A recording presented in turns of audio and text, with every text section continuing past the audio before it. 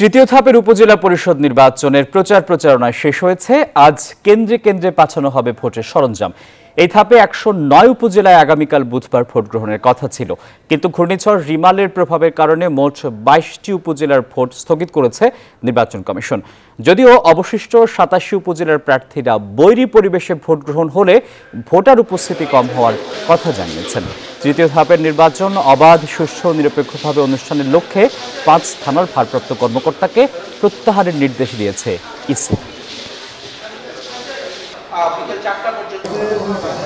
আসিফ টিপু, এর আগের বুলেটিনে যেমনটি বলেছিলাম যে রাত পোহালেই রংপুরের সদর এবং গঙ্গাছড়া উপজেলা পরিষদের নির্বাচন অনুষ্ঠিত হবে। ইতিমধ্যেই সহকারী রিটার্নিং কর্মকর্তারা আমাদেরকে জানিয়েছেন যে সকল প্রস্তুতি শেষ হয়েছে। আপনি দেখছেন যে কেন্দ্রে কেন্দ্রে কিন্তু আপনার নির্বাচনী সামগ্রী যাচ্ছে। আপনি ক্যামেরার চোখে দেখছেন যে সদর অর্থাৎ গঙ্গাছড়া এবং সদর উপজেলার নির্বাচনী যে সামগ্রী ইতিমধ্যে কেন্দ্রে কেন্দ্রে চলে যাচ্ছে।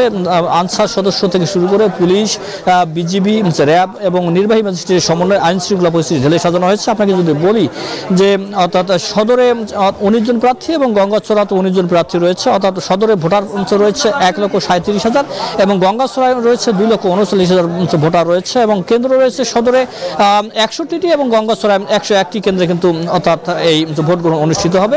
ইতিমধ্যেই সকল প্রস্তুতি শেষ হয়েছে এবং শুধু রাত পোহালেই ভোট গ্রহণের পালা।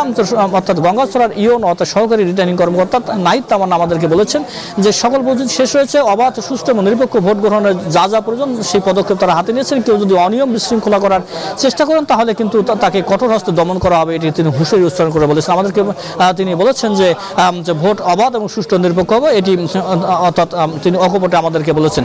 সব মিলে আইন শৃঙ্খলা পরিস্থিতি প্রস্তুত এবং ভোট গ্রহণের জন্য সকল কিছু প্রস্তুত রাখা হয়েছে। রাত পোহালে শুধু ভোট গ্রহণ অনুষ্ঠিত হবে। তো এই ছিল আমার কাছে গঙ্গাছড়া থেকে সর্বশেষ আসিফ টিপু।